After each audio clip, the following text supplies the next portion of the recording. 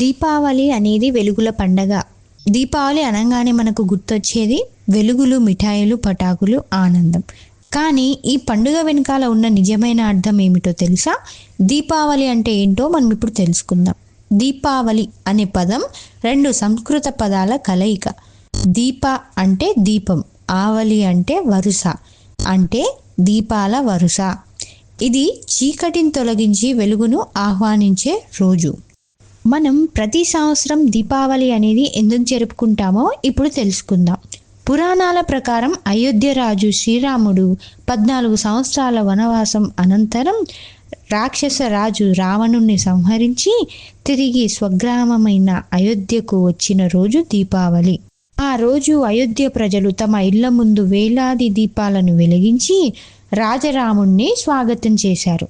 అప్పటి నుంచి ప్రతి సంవత్సరం ఆ ఆనందాన్ని గుర్తు చేసుకునేందుకు దీపావళి అనేది జరుపుకుంటాం.